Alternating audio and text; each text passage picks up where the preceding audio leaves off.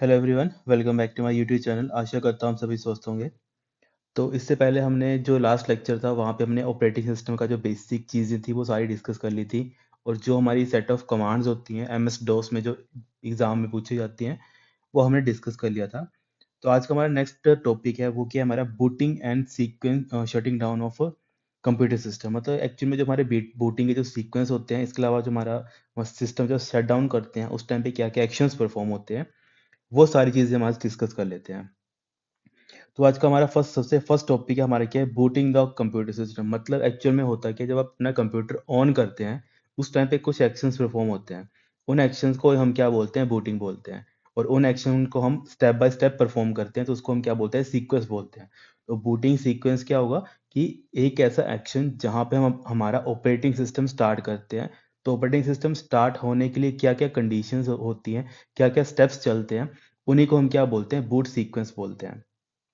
और ये basically two types के होते हैं, इनको हम आगे डिस्कस कर लेते हैं। फिर यहाँ पे एक थ्योरी पढ़ लेते हैं कि बूटिंग ऑफ ए कंप्यूटर क्या होता है।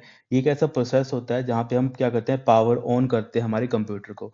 कंप्यूटर के अलावा जिनको एग्जांपल नहीं समझ आ रहा है तो वो मोबाइल भी कंसीडर कर सकते हैं। जैसे अपना मोबाइल को आप जैसे आपका पावर ऑफ होता है, आप उसको ऑन करते हैं तो तब भी क्या हो रही होती है, एक प्रोसेस चल रही होती है। क्योंकि आप देखते हो जब भी आप अपना मोबाइल ऑन करते हो वो लेता है 15 से 20 सेकंड लेता है ना। तो 15 से 20 सेकंड जो टाइम लेता है वो क्यों लेता है, क्योंकि उस टाइम पे क्या चल रही होती है, बूटिंग चल रही होती है। मतलब आपका डिवाइस क्या हो रहा होता है, ऑन हो रहा होता है। तो उस टाइम पे होता क्या है कि आपका जो डिवाइस है उसका जो ऑपरेटिंग सिस्टम है वो कहाँ पे आता है, हमारे रैम के ऊपर आता है। बेसिकली हमने एक चीज़ पहले ही पढ़ी थी कि जितनी भी चीज़ें हैं वो सारी की सारी कहाँ पे वर्क करती हैं, हमारी रैम के ऊपर ही करती हैं, जिसको हम क्या बोलते हैं, रैंडम एक्सेस मेमोरी, या फिर जो हमारी मेन मेमोरी होती है। और हमें पता है ऑपरेटिंग सिस्टम में क्यों ज़रूरी है, क्योंकि जैसे हमने लास्ट लेक्चर में भी पढ़ा था, है ना। उसमें हमने क्या देखा था कि हमारा जो यूज़र होता है, ठीक है, यूज़र जैसे हम नॉर्मल यूज़र हैं, हमें क्या चाहिए होता है, हमें कोई ना कोई एप्लीकेशन चलानी होती है। फॉर एग्जांपल मुझे व्हाट्सएप चलाना है, फेसबुक चलाना है, इंस्टाग्राम चलाना है ना। इसके अलावा मुझे कोई न्यूज़ की कोई एप्लीकेशन चलानी है। तो ये सारी की सारी एप्लीकेशन हम कहाँ पे चलाते हैं, हमारे ऑपरेटिंग सिस्टम के ऊपर। और ऑपरेटिंग सिस्टम किसकी हेल्प से इन एप्लीकेशन को चलाता है, बेसिकली हार्डवेयर की हेल्प से चलाता है। जैसे आप फॉर एग्जांपल आप कोई वीडियो देख रहे हो तो वीडियो देखने के लिए आपको क्या चाहिए, एक तो आपको मॉनिटर स्क्रीन चाहिए। अगर हम कंप्यूटर की बात करें तो अगर आपको वीडियो देखनी है तो वीडियो देखने के लिए आपको क्या चाहिए, एक तो आपको ऑडियो सुनने के लिए एक स्पीकर चाहिए, है ना, एक मतलब एक स्पीकर चाहिए। इसके अलावा आपको वीडियो देखने के लिए आपको क्या चाहिए, एक मॉनिटर चाहिए, है ना, एक मॉनिटर चाहिए। तो इन दोनों को कंबाइन करके आपको दिखाना, तो ये सारा काम कौन करता है, हमारा ऑपरेटिंग सिस्टम करता है। ठीक है, ऑपरेटिंग सिस्टम क्या करता है, ऑडियो फाइल को ऑडियो में भेजता है, वीडियो फाइल को वीडियो में भेजता है, और आपको उन दोनों को एक ही टाइम पे चला के दिखाता है। मतलब जो भी चीज़ें आप इंडायरेक्टली करते हो, डायरेक्टली इंडायरेक्टली, वो सारी डील कौन करता है, आपका ऑपरेटिंग सिस्टम ही उसको डील करता है। तो ऑपरेटिंग सिस्टम को स्टार्ट करने के लिए हमें क्या करना पड़ता है, कुछ इंस्ट्रक्शन चलानी पड़ती हैं, इनको हम क्या बोलते हैं, बूट सीक्वेंस बोलते हैं। फिर यहाँ पे चलो आगे देख लेते हैं जो हमारा इंपॉर्टेंट है। इसको हम देख लेते हैं आगे होता क्या है बूटिंग। जैसे हम यहाँ पे लिखे हैं कि जब यूज़र प्रेस करता है पावर ऑन बटन को तो वहाँ पे इनिशिएट होती है एक प्रोसेस जिसको हम क्या बोलते हैं, बूटिंग बोलते हैं। तो बूटिंग में होता क्या है, इसमें लोड करते हैं, स्टार्ट करते हैं ऑपरेटिंग सिस्टम को। मतलब वही चीज़ मैंने आपको समझाई कि हम क्या करते हैं, लोड करते हैं, स्टार्ट करते हैं ऑपरेटिंग सिस्टम को।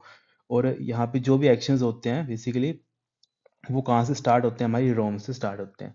तो इनको मैं आपको भी बता दूंगा डिटेल में होता क्या है। तो सबसे पहले यहाँ पे जो इंपॉर्टेंट है आपको याद रखना है कि जो हमारी बूटिंग होती है वो टू टाइप्स की होती है, एक होती है कोल्ड बूटिंग और दूसरी होती है वार्म बूटिंग। ओके, तो ये हमारे पास दो चीज़ें होती हैं। फिर नेक्स्ट आते हैं हमारे पास, सबसे पहले आता है बूट प्रोसेस। अब यहाँ पे हम स्टार्ट कर देते हैं कि एक्चुअल में जो हमारी बूटिंग चलती है वो चलती कैसे है। तो आपने याद रखना है जब भी आप अपना कंप्यूटर ऑन करते हैं, ठीक है, जब भी आप अपना कंप्यूटर ऑन करते हैं तो वहाँ पे सबसे पहले एक प्रोग्राम चलता है जिसको हम बोलते हैं बूट लोडर, है ना। बूट लोडर करता क्या है, बेसिकली आपको एक चीज़ याद रखनी है हमेशा अपने माइंड में कि जब भी आप अपने डिवाइस को ऑन करते हो कोई ना कोई प्रोग्राम चलता ही है। क्योंकि विदाउट एनी प्रोग्राम आपका हार्डवेयर कुछ भी नहीं है।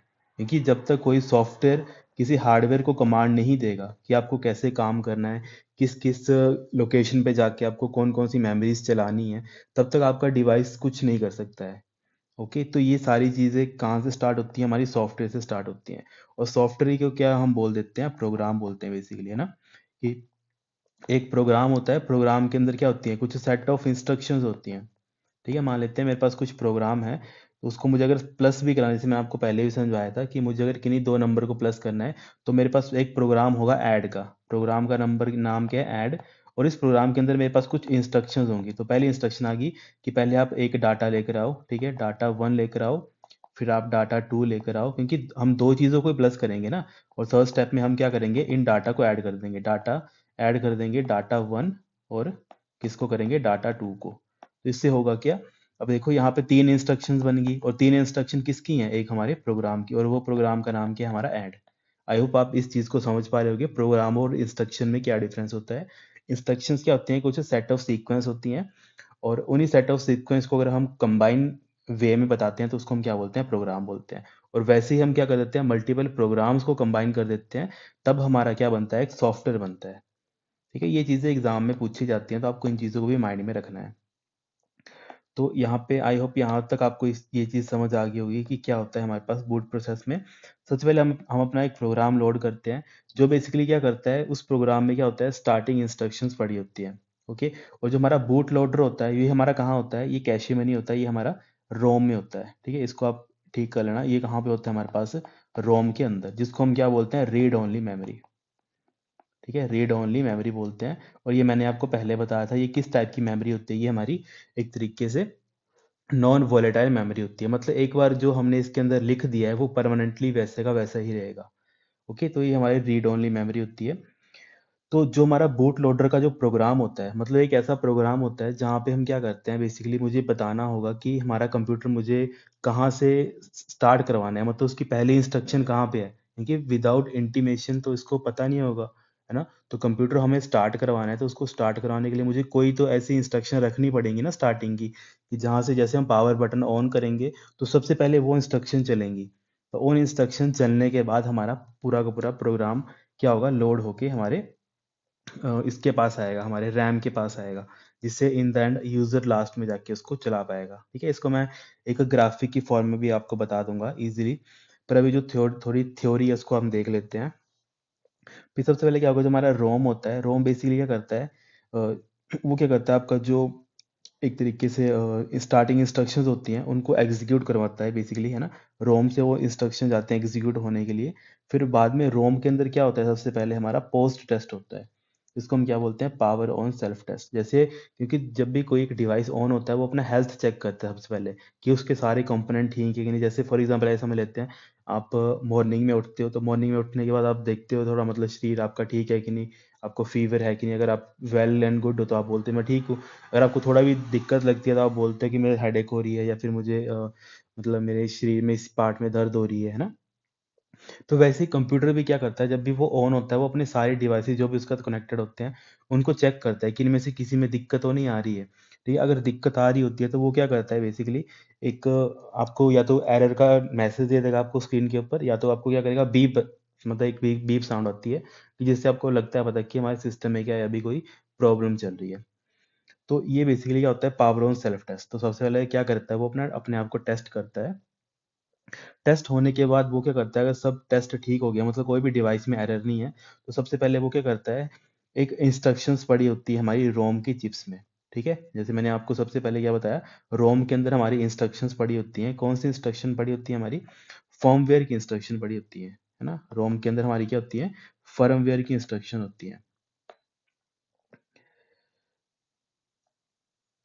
ठीक है, किसकी इंस्ट्रक्शन होती है, हमारी फर्मवेयर की इंस्ट्रक्शन होती हैं। ठीक है, फर्मवेयर की क्या होती है, हमारी इंस्ट्रक्शंस होती हैं। और फर्मवेयर एक्चुअल में क्या होता है, बेसिकली जो हमारा स्टार्टिंग इंस्ट्रक्शंस होती हैं ऑपरेटिंग सिस्टम की, उसी को ही हम क्या बोलते हैं, फर्मवेयर बोलते हैं।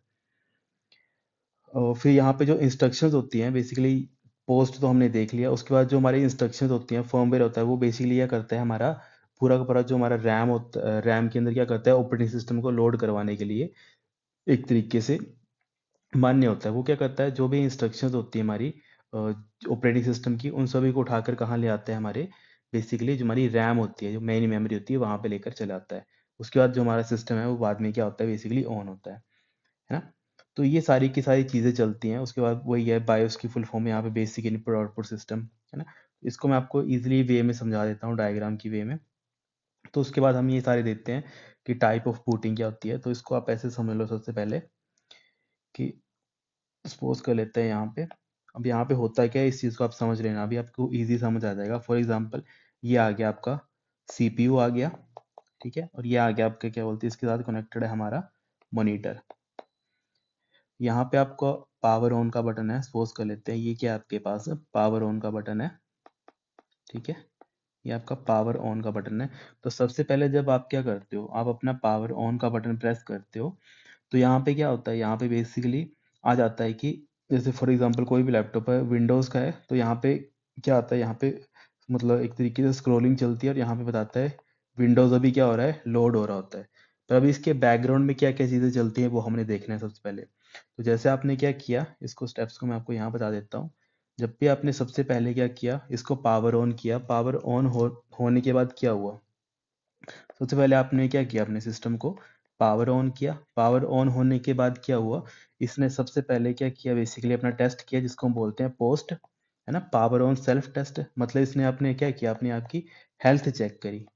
अब हेल्थ चेक करना क्या हुआ, बेसिकली उसने क्या किया, अपने जितने भी डिवाइसेस उसके साथ कनेक्टेड हैं, ठीक है, डिवाइसेस ना बोल के हम बोल सकते हैं जितने भी पेरिफेरल्स हैं, डिवाइसेस हैं चाहे पेरिफेरल्स हैं, ठीक है, डिवाइसेस हैं चाहे पेरिफेरल, मतलब कोई भी डिवाइसेस हैं, उनको इसने चेक किया कि उसमें किसी में दिक्कत तो नहीं है। अगर दिक्कत नहीं है तो उसके बाद क्या करता है, बेसिकली वो अपना नेक्स्ट जो है सीक्वेंस उसको चलाता है। उसको हम क्या बोलते हैं, उसको हम बोलते हैं जो हमारा रोम होता है ना, रोम क्या है, हमारी एक परमानेंट मेमोरी है, ठीक है। इसके अंदर हमारे पास क्या होता है, बेसिकली परमानेंट हमारी क्या है, हमारी मेमोरी। और रोम के अंदर हमारा क्या पड़ी होती है, कुछ इंस्ट्रक्शंस पड़ी होती है। रोम के अंदर एक प्रोग्राम होता है जिसको हम बोलते हैं फर्मवेयर। क्योंकि रोम एक्चुअल में क्या है, अगर मैं सिंपल रोम की बात करूं तो रोम मेरा एक हार्डवेयर है। मतलब एक समझ लेते हैं कि ऐसे करके मेरी चिप है, ठीक है, ऐसे करके मेरी एक चिप है, ठीक है, रोम, इसका नाम लिख देता हूँ रोम। और इस रोम के अंदर क्या है, मेरा एक प्रोग्राम पड़ा है, ठीक है। रोम के अंदर एक क्या है, प्रोग्राम पड़ा है, और उस प्रोग्राम को हम क्या बोलते हैं, फर्मवेयर बोलते हैं। और इस प्रोग्राम के अंदर एक्चुअल में क्या होती है, कुछ इंस्ट्रक्शंस होती हैं। और वो किस चीज इंस्ट्रक्शन होती हैं, starting instructions of operating system, starting instructions of operating system, ठीक है। अब इस चीज को आप ऐसे समझ लो, जैसे आपका रोम है, ठीक है, रोम के अंदर हमारे पास एक प्रोग्राम पड़ा है। तो ऐसे मैं आपको बना देता हूँ यहाँ पे, ये मेरा आ गया प्रोग्राम, है ना। और ये प्रोग्राम किसके अंदर है, हमारे रोम के अंदर है, रोम के अंदर प्रोग्राम है, और इसके अंदर कुछ इंस्ट्रक्शन लिखी हैं। और वो इंस्ट्रक्शंस कौन सी हैं, मैंने क्या बोला, कौन सी इंस्ट्रक्शन है वो, starting instructions of operating system, ठीक है। अब इसका मतलब क्या होता है, अब देखो, हमने जब बेसिक चीज पढ़ी थी तो हमने क्या बोला था, हमारा जो जितनी भी हमारी परमानेंट स्टोरेज होती है वो कहाँ पे हम स्टोर करते हैं, बेसिकली हमारे हार्ड डिस्क में या फिर सॉलिड स्टेट ड्राइव में, ठीक है। तो यहाँ पे अगर मैं आपको बता दूं थोड़ा सा, कि जो भी हमारे पास यहाँ पे, ये मान लेते हैं मेरी हार्ड डिस्क ड्राइव है, ये मेरी आ गई हमारे पास मेन मेमोरी, ठीक है, मेन मेमोरी, इसको मैं शॉर्ट में लिख रहा हूँ मेन मेमोरी। और इसी को हम क्या बोलते हैं, रैम बोलते हैं।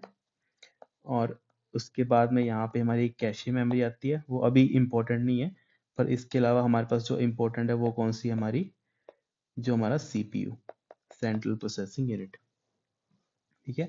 तो यहाँ पे होता क्या है, जब भी आपकी इंस्ट्रक्शंस ऑन हुई है ना, इंस्ट्रक्शन ऑन होने के बाद जैसे आपका ये प्रोग्राम चलता है, तो सबसे पहले प्रोग्राम कहाँ जाता है, मैंने क्या बताया था कि जितने भी प्रोग्राम है ना, तो यहाँ पे मैं एक और चीज़ बना देता हूँ, एक बना देता हूँ रोम, ठीक है। तो सबसे पहले जैसे आपने डिवाइस अपना ऑन किया, तो रोम के अंदर जो प्रोग्राम था वो कहाँ पे चला गया, आपकी मेन मेमोरी के अंदर, ठीक है। कि रोम के अंदर जो भी प्रोग्राम था, इसको मैं यहाँ पे हाईलाइट कर देता हूँ, कि रोम के अंदर जो भी प्रोग्राम था वो कहाँ पे चला गया, आपकी मेन मेमोरी के अंदर। और रोम के अंदर प्रोग्राम क्या था, starting instructions of the operating system, कि यहाँ पे इंस्ट्रक्शंस क्या है, यहाँ पे चला जाएगी, सबसे पहले इंस्ट्रक्शन आ जाएगी कि आपको क्या करना है, एक लोकेशन ओपन करनी है, ठीक है, लोकेशन में जाना है। फॉर एग्जांपल लोकेशन है 101, फिर सेकंड नंबर पे क्या करना है आपको, उसमें से जो इम्पोर्टेंट इंस्ट्रक्शन है, मान लेते हैं कि जो हमारा ऑपरेटिंग सिस्टम है वो क्या है, हमारे पास इस लोकेशन में पड़ा है, और उसकी जो इम्पोर्टेंट इंस्ट्रक्शंस हैं वो कितनी है, मान लेते हैं 512 मुझे इम्पोर्टेंट इंस्ट्रक्शन है वो लेकर आनी है। तो सबसे पहले जो हमारा प्रोग्राम होगा वो कौन सा चलेगा, हमारा ये वाला प्रोग्राम चलेगा, ठीक है। अब इस प्रोग्राम में देखो, इसने लोकेशन आइडेंटिफाई करी है 101, तो 101 सीपीयू देखेगा 101 कहाँ पे है, हार्ड डिस्क ड्राइव में। तो मान लेते हैं कि हमारा 101 इंस्ट्रक्शन यहाँ पे पड़ी है, यहाँ पे लिखा है कि ये मेरा विंडोज़ है, ठीक है, विंडोज 10 का मेरा प्रोग्राम यहाँ से स्टार्ट हो रहा है, ठीक है। उसके उसके बाद तो वो सीक्वेंस में चलता रहेगा, 101 2 3 4 5 ऐसे चलता रहेगा। पर मेन इंपॉर्टेंट क्या चीज़ थी, कि इसको बताना कैसे है कंप्यूटर, क्योंकि तूने जब ऑन होना है तो सबसे पहले तुम कहाँ पर जाओगे, तो तुम कहाँ पे जाओगे, तो वो 101 पे जाएगा। और ये किसने बताया, ये बताया हमारे रोम ने। और रोम एक्चुअल में है तो हार्डवेयर है, पर रोम के अंदर एक प्रोग्राम हमने पहले से बना के रखा है जिसका नाम क्या है, फर्मवेयर। तो फर्मवेयर के अंदर कुछ नहीं है, बेसिकली जो इंस्ट्रक्शन थी, इंस्ट्रक्शन कौन सी इंपॉर्टेंट थी हमारी, लोकेशन 101, कि लोकेशन 101 पे सबसे पहले आपको जाना है, और वहां से जो भी प्रोग्राम्स हैं, यहाँ पे देखो हार्ड डिस्क में क्या प्रोग्राम है, ये हमारा जो हमारा, मान लेते हैं अगर आपका फ़ोन है तो आपका एंड्रॉयड का प्रोग्राम होगा, ठीक है, एंड्रॉयड ऑपरेटिंग सिस्टम होगा। अगर आपका एप्पल का प्रोडक्ट है तो आपका iOS होगा, है ना, मतलब ऑपरेटिंग सिस्टम होगा। अगर यही चीज़ आप कंप्यूटर की फॉर्म में बोले तो ये मेरा विंडोज़ होगा। और अगर किसी के पास एप्पल का लैपटॉप है तो उसका वो मैक का होगा। तो बस कुछ नहीं है, कुछ जो इंस्ट्रक्शंस होंगी जो आपके ऑपरेटिंग सिस्टम को लोड करवाने का काम करेंगी। तो जैसे ही हमारी ये वाली इंस्ट्रक्शन चल पड़ेंगी, तो सबसे पहले इंस्ट्रक्शन कहाँ आएंगी, यही चीज़ मैंने बताई थी आपको, कि जो भी इंस्ट्रक्शंस होती हैं वो कहाँ जाती हैं हमारी, ये सारी सारी इंस्ट्रक्शन उठकर कहाँ जाएंगी, हमारी रैम के ऊपर आएंगी। ठीक है, बेसिकली क्या होगा, यहाँ पे ये सारी इंस्ट्रक्शन आ जाएंगी फिर। अब यहाँ पे जैसे ये इंस्ट्रक्शन आ जाएंगी तो आपको क्या दिख जाएगा अपने फ़ोन के ऊपर, या फिर जो भी आपका डिवाइस है, तो वहाँ पे आपको इंटरफेस दिख जाएगा। अगर आपने यहाँ पे पासवर्ड डाला है तो यहाँ पे बोल देगा कि एंटर योर पासवर्ड। ठीक है, मतलब यहाँ पे क्या हो गया, आपका सिस्टम है वो पूरा का पूरा स्टार्ट हो गया। तो ये पूरी की पूरी चीज़ें ऐसे चलती हैं, है ना, कि जो रोम है, रोम के अंदर कुछ इंस्ट्रक्शंस पड़ी हैं। उस इंस्ट्रक्शन का काम बस इतना है कि उसको हार्ड डिस्क के अंदर या फिर आपकी सॉलिड स्टेट ड्राइव के अंदर कौन सी लोकेशन है जहाँ पे जाना है, वहाँ पे जाके उसको क्या मिलेगा। देखो, या तो उसको मैक ऑपरेटिंग सिस्टम मिलेगा, या तो विंडोज़ मिलेगा, या तो iOS, अगर मोबाइल की बात करें तो iOS, या फिर एंड्रॉयड की जो ऑपरेटिंग सिस्टम है वो उसको मिलेगा। क्योंकि विदाउट जो आपका ऑपरेटिंग सिस्टम है, इसके बिना आप क्या कर सकते, आप मतलब अपने कंप्यूटर को ऑपरेट नहीं कर सकते हो, है ना। तो उसी चीज़ को, ऑपरेटिंग सिस्टम को लाने के लिए, उसको लाने के लिए ये सारी की सारी चीज़ें चलती हैं। और इन्हीं सभी चीज़ों को कंबाइन करके हम क्या बोलते हैं, बूटिंग प्रोसेस बोलते हैं। ठीक है, तो यहाँ तक आपको चलो 3 चीज़ें समझ आ गई, मतलब आई होप मैक्सिमम चीज़ें तो हमने कवर कर ली हैं। तो जो मेन मेन चीज़ थी, पावर ऑन किया, उसके बाद हमारा पोस्ट टेस्ट चला, फिर उसके बाद जो हमारा एक बेसिकली हमारा रोम था वो चला। रोम के अंदर, रोम एक्चुअल में क्या है, हमारी एक मेमोरी होती है, वहाँ पे एक बेसिकली प्रोग्राम होता है फर्मवेयर, है ना। फर्मवेयर चला आपका, जहाँ पे बेसिकली क्या होती है, आपके पास स्टार्टिंग इंस्ट्रक्शंस होती हैं हमारी किसकी, ऑपरेटिंग सिस्टम की, है ना। इसके अलावा कई बार पूछ लेते हैं कि आपको अगर आपके पास मतलब मल्टीपल डिवाइसेस हों, ठीक है, एग्जांपल समझ लेते हैं इस चीज़ को, इसको मैं इरेज कर देता हूँ यहाँ पे।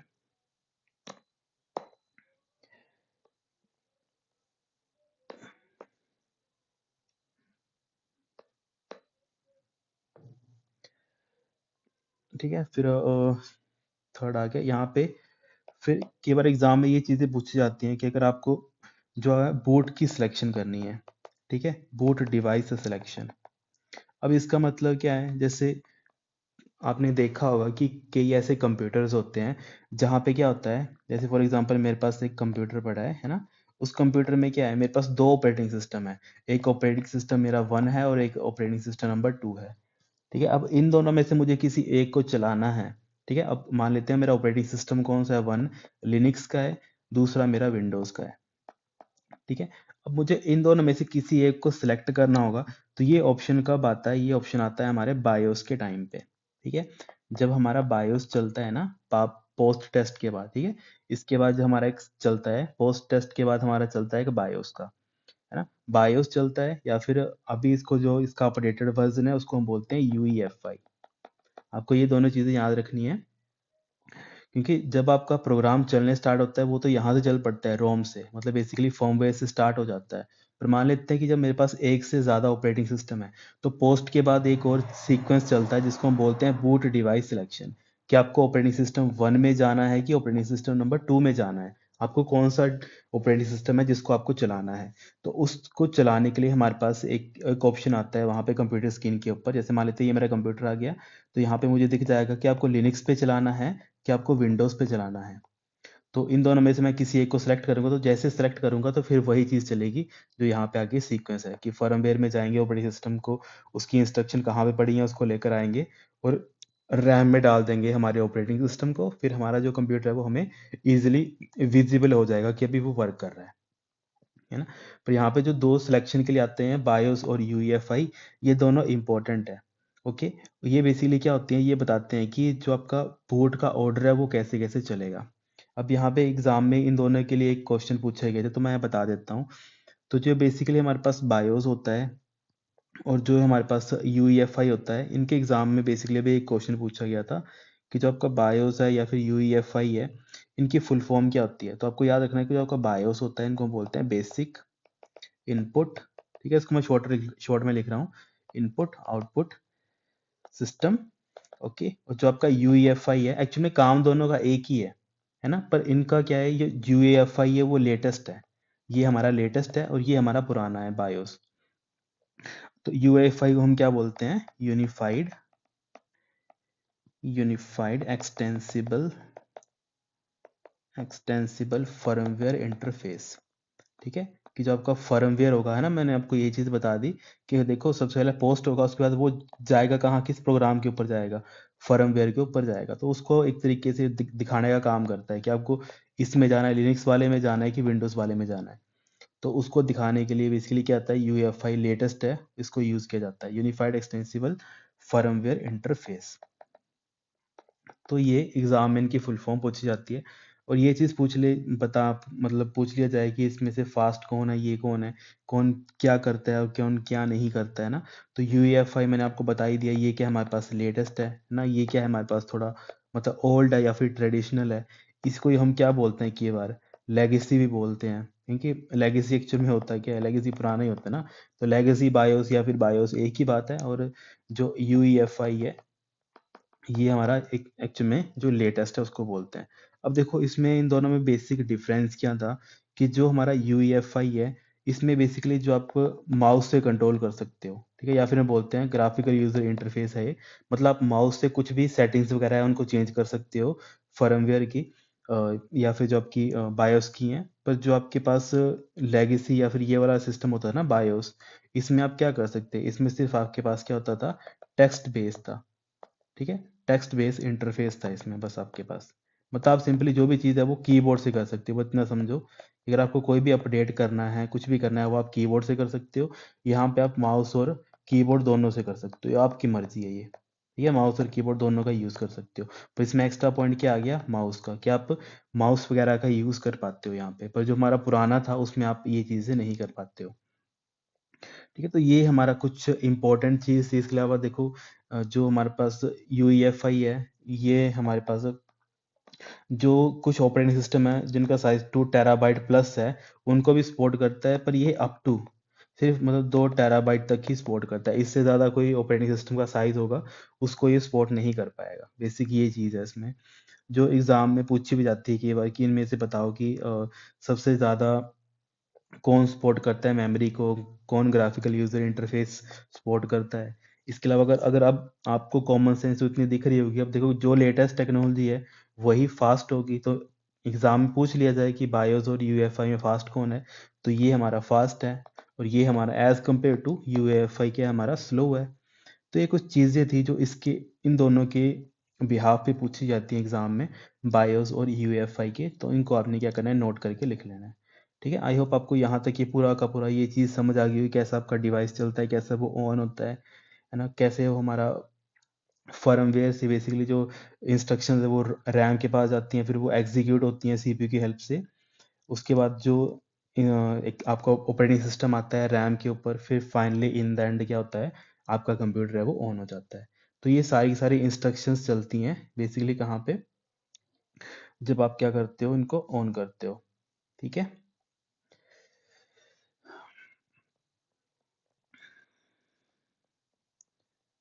फिर हम अपना नेक्स्ट देख लेते हैं।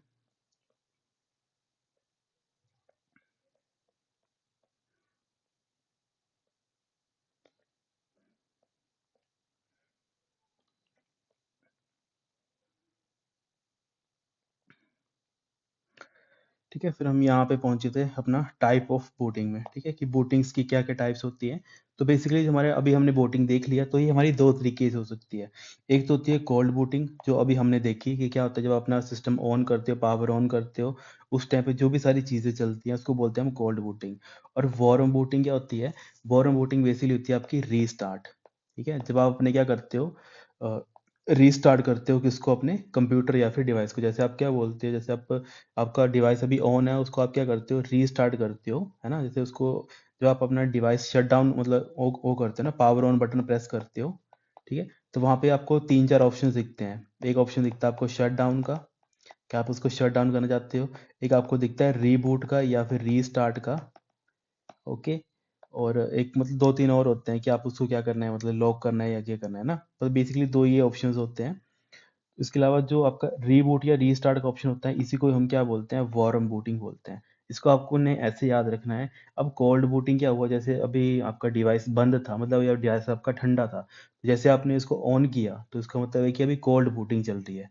कि अब वो नया मतलब एक तरीके से पूरा बंद था, उसको आपने फिर से ऑन किया। पर वार्म बूटिंग क्या है, उसको आपने थोड़ी देर चला लिया है, पर आप क्या करना चाहते हो, उसको फिर से बंद करके ऑन करना चाहते हो, है ना। तो उस टाइम पे आपका सिस्टम गर्म था, तो उस टाइम पे मतलब आपने क्या किया, सिस्टम को रीस्टार्ट किया। तो आपको इसको ऐसे याद रखना है कि कोल्ड बूटिंग और वार्म बूटिंग में क्या डिफरेंस होता है। ठीक है, फिर हमारे पास यहाँ पे वही चीज़ें सबसे पहले लिखा है यहाँ पे कि कोल्ड बूटिंग क्या होती है। तो यहाँ पे कोल्ड बूटिंग देख लो। तो है तो वही चीज़ है जो मैंने अभी आपको समझाई है, बस यहाँ पे इन फॉर्म ऑफ थ्योरी लिखी है। यहाँ पे कोल्ड बूटिंग क्या होती है, computer that is already operational select the shut down option in order to complete the cold booting procedure the computer must first be powered down then restart. If the computer locks up you will need the cold booting because the reset also known as warm boot may not be sufficient. ठीक है, बस वही चीज़ है जो मैंने आपको easily समझाई है, बस वही चीज़ आपको अपने माइंड में रखनी है। कोल्ड बूटिंग क्या है, जब आप उसको क्या करते हो, फर्स्ट टाइम ऑन करते हो। ठीक है, फर्स्ट टाइम आप ऑन करते हो जब वो क्या होता है, कंप्लीटली पावर ऑफ होता है। और इस टाइम पे वार्म बूटिंग क्या होती है, आपका सिस्टम क्या है, पावर ऑन था, पर आपने उसको क्या किया, उसको बेसिकली फिर से रीस्टार्ट कर दिया। रीस्टार्ट कर दिया तो उसका मतलब क्या है, वो वार्म बूटिया आपने स्टार्ट कर दी। तो ये सारी की सारी चीज़ें इतनी रेलेवेंट नहीं है पढ़ने के लिए, जो इम्पोर्टेंट था वो मैंने आपको बता दिया।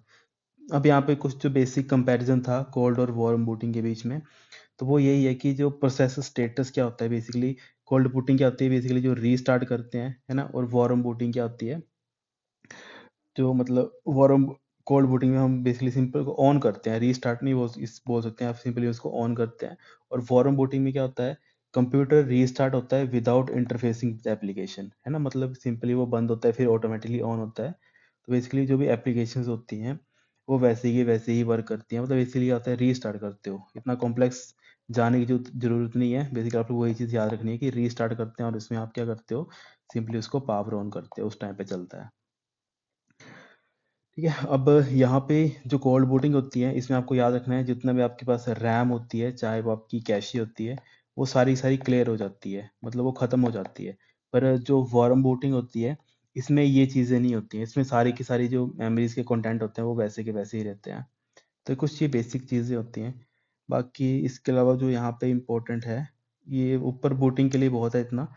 फिर नेक्स्ट जो आपका इंपॉर्टेंट था, shutting down of a computer. अब यहाँ पे क्या चीज़ें इंपॉर्टेंट जो एग्जाम रेलेवेंट है, सबसे पहले जब शट डाउन करते हो तो वहाँ पे दो तीन ऑप्शन होते हैं। सबसे पहला ऑप्शन आता है स्लीप मोड का। अब स्लीप मोड क्या होता है, एग्जाम में क्वेश्चन पूछा गया था कि अगर आपको क्या करना है, power saving mode that store all the open file software and other data of a computer in a main memory, तो उसके लिए आप कौन सा मोड यूज़ करते हो, तो आप स्लीप मोड यूज़ करते हो। ठीक है, स्लीप मोड में होता क्या है, बेसिकली आपका सिस्टम है वो एक तरीके से क्या होता है, पावर सेविंग मोड में चला जाता है। ठीक है, वो बैटरी है उसको कम कंज्यूम लग पड़ता है करने। और जो भी आपकी फाइल्स ओपन है, चाहे कोई आपका प्रोग्राम ओपन है या फिर कोई भी अदर डाटा ओपन है जो एक्चुअल में मेन मेमोरी या फिर रैम के अंदर चल रहा है अभी, वो सारा का सारा क्या हो जाता है, रेस्ट में चला जाता है। मतलब ऐसा नहीं है बंद नहीं हो जाता है, बस रुक जाता है थोड़े टाइम के लिए, है ना। तो उसको हम क्या बोलते हैं, स्लीप मोड। ठीक है, कि वो थोड़ा प्रोग्राम क्या चला जाता है, रेस्ट में चला जाता है। इससे बेसिकली होता क्या है, इससे जो भी आपका क्या होता है, पावरी सेव, ये एक्चुअल में उसके लिए हेल्पफुल है जहाँ पे लैपटॉप वगैरह यूज़ करते हैं, जहाँ पे आपकी बैटरी अटैच होती है और आपको उसको प्रोग्राम को थोड़े लॉन्ग ड्यूरेशन के लिए चलाना है और अभी आप उसको यूज़ नहीं कर रहे हो, तो आप उसको क्या कर देते हो, स्लीप मोड में डाल देते हो।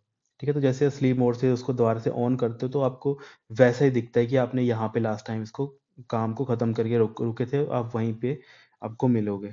तो इससे होगा क्या, बेसिकली जो आपका एक तरीके से जो बोलते हैं ना कि हमें कुछ टाइम का गैप गैप के लिए भी आपको सिस्टम ऑन करना है, पर आप चाहते हैं कि बैटरी ज़्यादा कंज्यूम ना हो, तब आप स्लीप मोड का यूज़ करते हो।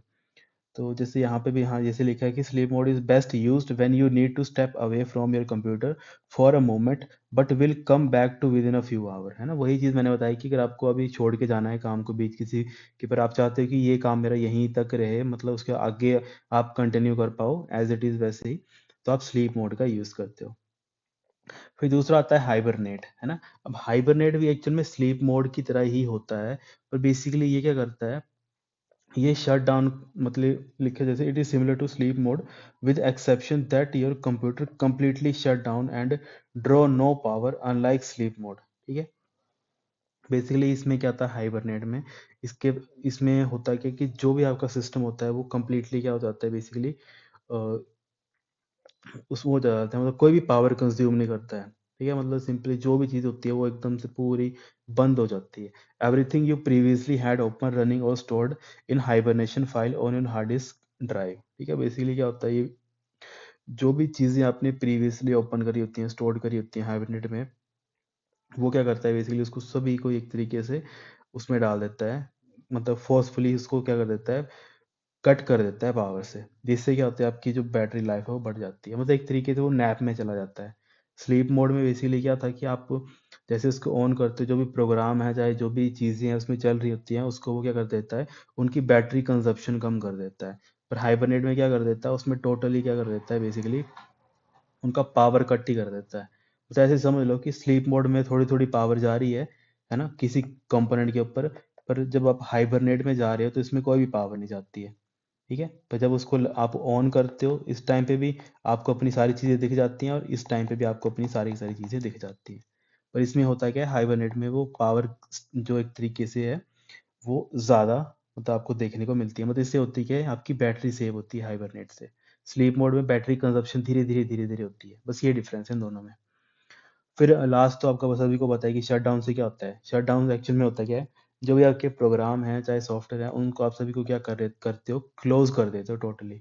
ठीक है, मतलब क्या करते हो आप अपने सिस्टम को बंद ही कर देते हो, तो उसको हम क्या बोलते हैं, शटिंग डाउन बोलते हैं। तो एग्जाम में पूछा गया था जैसे कि शटिंग ऐसे फिलिंग द ब्लैंक करके दिया था, filling the blank a computer safely closes all the program that are open and exist the operating system in order to keep the hardware from damage to prevent the computer from being corrupted। तो उसके लिए आप क्या use करते हो, shutting down का use करते हो। तो शटिंग डाउन में क्या चीज़ें होती हैं, सारे सॉफ्टवेयर प्रोग्राम फाइल में जितनी भी चीज़ें आपने ऑन करी होती हैं ना वो सारी की सारी बंद हो जाती हैं। और इस टाइम पे क्या होता है, आपका रैम भी क्या होती है, क्लियर हो जाती है। ठीक है, फिर वैसे वही चीज़ देखिए कि आपके क्या क्या तरीके हैं आपको शट डाउन करने के लिए। तो एक तो आप स्टार्ट बटन पे जाते हो। ठीक है, उसके स्टार्ट बटन में जाके आप राइट क्लिक करते हो स्टार्ट बटन पे, वहाँ पे एक आपको मेन्यू दिख जाता है, तो वहाँ पे आप बेसिकली शट डाउन या फिर साइन आउट कर सकते हो। उसके अलावा दूसरा तरीका क्या आता है, शॉर्टकट एग्जाम में काफ़ी बार पूछा जाता है Alt+F4। ठीक है, आपको कीबोर्ड पे Alt+F4 आप ओपन करोगे तो वहाँ पे आपको एक बॉक्स सा दिख जाएगा, यहाँ पे दिख जाता है कि शट डाउन कंप्यूटर, और यहाँ पे ओके का बटन होता है। जैसे आप ओके प्रेस करते हो तो आपका सिस्टम क्या हो जाता है, शट डाउन हो जाता है, बंद हो जाता है। तो ये आपका कमांड से आता है, और ये दूसरा पहला जो बताया था ये आपका ग्राफिकल यूजर इंटरफेस से आता है, मतलब आपका कंप्यूटर ऐसे होगा, यहाँ पे आपका स्टार्ट बटन होगा, जैसे आप इसको प्रेस करेंगे तो यहाँ पे एक पूरा का पूरा विंडो ओपन हो जाएगी। तो यहाँ पे एक ऑप्शन आता है, ठीक है, यहाँ पे बेसिकली ऑप्शन आता है शट डाउन या फिर साइन आउट का। तो आप जैसे शट डाउन पे क्लिक करते हो तब भी आपका सिस्टम क्या हो जाता है, बंद हो जाता है। तो ऐसे करके जो आपका सिस्टम है वो बंद होता है। ठीक है, तो ये सारी की सारी जो भी बूटिंग का चीज़ें थी जो मतलब आपके एग्ज़ाम के रिलेवेंट थी, और मतलब जो भी इम्पोर्टेंट चीज़ें थी वो मैंने आपको डिस्कस करवा दी हैं। इसके अलावा कुछ और डाउट आता है या फिर कुछ ऐसी चीज़ है जो समझ नहीं आई है, वो भी आप मुझे नीचे कमेंट करके मतलब पूछ सकते हो। और बाकी जितना ईज़ी हो सके, जितना आप डे टू डे लाइफ में उस चीज़ को रिलेट कर पाओ, मैंने उस बिहाफ़ पे आपको समझाने की कोशिश करी है। क्योंकि काफ़ी कॉम्प्लेक्स चीज़ें होती हैं तो इनको थोड़ा ईज़ी वे में आप समझ पाओ। कि इन डेप्थ इतना डेप्थ में कोई नहीं पढ़ाएगा, मतलब इतने फ्री प्लेटफॉर्म पे तो कोई नहीं पढ़ाता है आई होप। तो ये जितनी भी हमने चीज़ें देखी हैं वो बेसिकली यही करते हैं कि मतलब ऐसे पढ़ा देते हैं और ऐसे होता है, इसमें ये चीज़ें होती हैं और वो ख़त्म कर देते हैं। पर आपको ये चीज़ें जब आप उसको रियल प्रैक्टिकल एग्जांपल के साथ लेकर चलते हो तो वो आपको ज़्यादा ईजिली समझ आती हैं। जैसे मैंने आपको मोबाइल का एग्जांपल दिया, ये एग्जांपल दिया, तो ये सारी चीज़ें आप रिलेट कर पाते हो क्योंकि इनको आप डे टू डे लाइफ में यूज़ कर रहे होते हो, है ना? तो नेक्स्ट टाइम जब भी आप अपना सिस्टम ऑन करेंगे, सिस्टम को रीस्टार्ट करेंगे, तो आपको अपने माइंड में ये चीज़ रखनी है कि आप क्या कर रहे हो, आप कोल्ड बूटिंग कर रहे हो कि वार्म बूटिंग कर रहे हो। ओके, ठीक है students, thank you so much, have a great day. इसके अलावा कुछ डाउट या कुछ भी क्वेरी होती है मन में तो वो मुझे आप नीचे कमेंट कर दिया करो। Okay students, thank you so much.